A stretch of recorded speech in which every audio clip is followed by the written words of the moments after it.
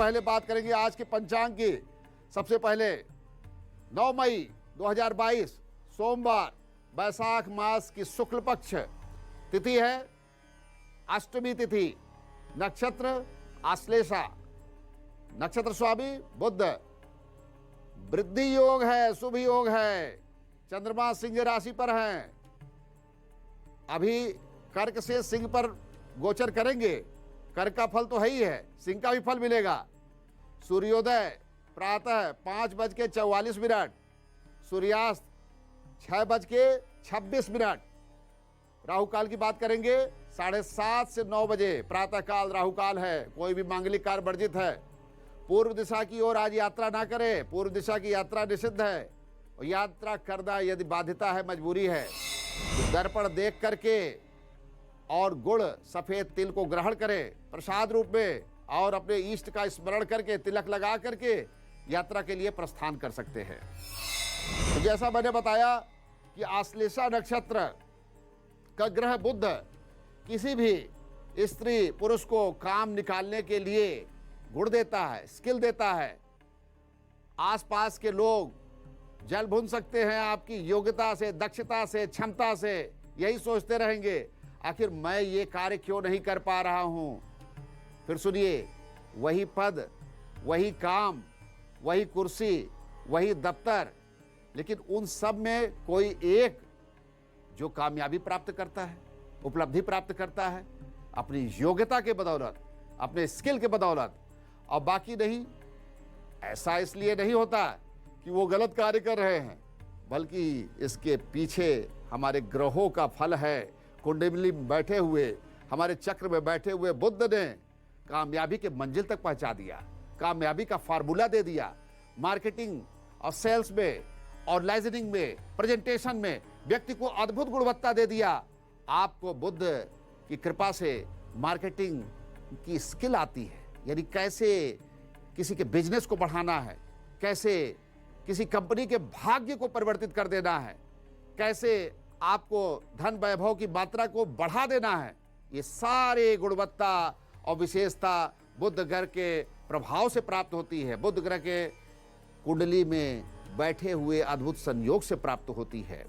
एक कथा सुनाता हूं जिससे आपको बुध की मार्केटिंग और उससे मिलने वाले फायदों के बारे में पता चलेगा, कैसे बुध का लाभ होता है। सुनिए और फिर अपने जानने वालों को भी ये कथा सुनाइएगा, बुध प्रसन्न होंगे। ये कथा मैं आपको इसलिए नहीं बता रहा हूं कि कोई कहानी है, इससे बुध ग्रह प्रसन्न होते हैं, लेकिन आज इसका संकेत समझना आपको बहुत जरूरी है। चंद्रदेव को प्रेम और यौवन का देवता माना जाता है, क्योंकि वो आनंद लीला में हमेशा रहते हैं। चंद्रदेव मन के स्वामी, मन को मंत्रमुग्ध करते हैं, प्रसन्न करते हैं। चंद्रदेव ऊर्जा देते हैं, अपनी इस विशेषता को भी दिखाते हैं। एक बार ऐसा ही कुछ है, चंद्रदेव को प्रेम हुआ। प्रेम किससे हुआ? देवताओं के रक्षा करने वाले देव गुरु बृहस्पति की पत्नी से संयोग बना और उनके प्रति वो भावनात्मक लगाव हो गया। देवगुरु बृहस्पति की 3 पत्नियां बताई जाती हैं, उनमें से एक थी देवी तारा। कुछ विशेष योग में चंद्रदेव और देवी तारा के बीच प्रेम हुआ, तो लेकिन देवताओं की रक्षा करने वाले और देवताओं की जिम्मेदारी लेने वाले बृहस्पति देव का डर भी था।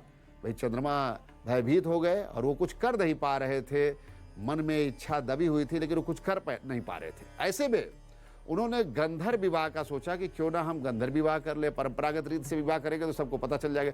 हमारी परंपरा में कई तरीके के विवाह होते हैं, किसी दिन इसकी चर्चा भी करेंगे, विवाह के स्वरूप के बारे में भी चर्चा करेंगे। फिलहाल बस इतना ही कि गंधर्व विवाह यानी जिस विवाह का किसी भी जानकारी ना मिले, किसी प्रकार का उसमें रिचुअल ना हो, लोग जाने ना, गुप्त रूप से वो विवाह हो, वो गंधर्व विवाह है।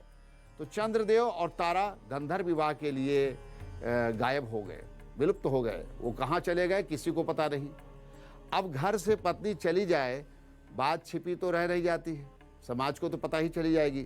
थोड़ी ही देर में बृहस्पति देव को ये खबर मिल गई, ज्ञान हो गया कि उनकी सबसे छोटी पत्नी तारा घर पर नहीं है। पहले प्रतीक्षा की, तारा जब नहीं लौटी तो फिर उनको खोजना प्रारंभ किए, उनकी तलाश प्रारंभ किए। कुछ पता नहीं चला। बृहस्पति देव की चिंता देवताओं तक पहुंची, परेशान हुए। थोड़ा समय बीतने के बाद देवताओं ने पता लगाना शुरू कर दिया और पता लगा लिया चंद्रदेव और तारा कहाँ हैं? उन्होंने दोनों से कहा कि भाई चलिए आप बृहस्पति देव के पास, उन्होंने बुलाया है। चंद्रदेव तो अपनी कलाओं को सपेट कर गायब हो गए, फिर से वहाँ से जो है गायब हो गए। और अब तारा भी कैसे घर लौटे? भाई चंद्रदेव तो चले गए, उन्होंने पहले तो मनाया गया, लेकिन देवताओं के हिसाब से वो नहीं माने। बाद में वो जब लौट करके आई तो देखा कि बृहस्पति, जब तारा लौट करके आई तो बृहस्पति क्रोध से आग बबूला थे, एकदम क्रोधित हो गए थे। देवताओं ने उनको शांत करने का प्रयास किया। तब उन्हें तारा ने बताया कि वो तो अभी गर्भधारण की हैं, और बृहस्पति देव ने साफ कह दिया कि भाई तारा, मैं तुम्हें स्वीकार नहीं करता, तुम जाओ। लेकिन उनके गर्भ में पल रहा जो बालक था, तो गर्भस्थ शिशु का तो कोई दोष नहीं है। गर्भ में कौन था? गर्भ में बुद्ध देव थे। कितनी विपरीत परिस्थिति में बुद्ध देव का जन्म हुआ, आप सोचिए। जन्म से पहले ही विवाद है, अब पिता गायब है, माँ परेशान है, अब बृहस्पति का क्रोध तो अपार है ही। यही से संकेत मिलता है कि बुद्ध क्या कर सकते हैं। बुद्ध ने देवताओं के मन को गर्भ से ही प्रभावित कर दिया। यानी बुद्ध समस्त क्रियाओं, बुद्ध चंद्र के पुत्र हैं और समस्त क्रियाओं, समस्त लीलाओं, मन का हरण करने वाले, ज्योतिष में चंद्र देव की तरह मन के भी स्वामी हैं। मनो मनुष्याणाम कारण बंधन मोक्षयो। जिन लोगों के बुद्ध पीड़ित होते हैं उनको डिप्रेशन की भी प्रॉब्लम होती है, एंजाइटी की भी प्रॉब्लम होगी, अवसाद आएगा, नेगेटिविटी आएगी। खैर, तो बुद्ध ने देवताओं का मन बदल दिया, देवताओं के मन को परिवर्तित कर दिया। देवताओं ने बृहस्पति से कहा कि भाई गर्भ में पल रहे बालक जैसा बुद्धिमान इस सृष्टि में कोई नहीं होगा। ज्योतिष में ज्ञान के देवता, बुद्धि के देवता, विवेक के देवता तो आप हैं। अब ज्ञान बुद्धि को कैसे ठुकरा सकता है? भाई ज्ञान को, बुद्धि को तो लेकर के चल रहा है। बृहस्पति ने बुद्ध को अपना पुत्र बाद में स्वीकार कर ही लिया। और बुद्ध चंद्रदेव के पुत्र तो थे ही, और बृहस्पति का भी उनके ऊपर कृपा दृष्टि पड़ा अपने पुत्र मानने के कारण। अम्मा तारा ने गर्भ में पाला, और चंद्रमा की पत्नी रोहिणी ने भी उन्हें अपने बच्चे जैसा स्वीकार किया, स्नेह दिया। यानी जिस बुद्ध को सबने अस्वीकारा, उसे दो पिताओं, दो माताओं का आशीर्वाद भी मिल गया। इस संसार में आते ही बुद्ध को वो मिला जो किसी को नहीं मिलता है। इतनी अद्भुत शक्ति उनके अंदर थी। अब आपकी कुंडली में बुद्ध कमजोर हैं तो आपको संसार में कामयाबी कैसे मिलेगी?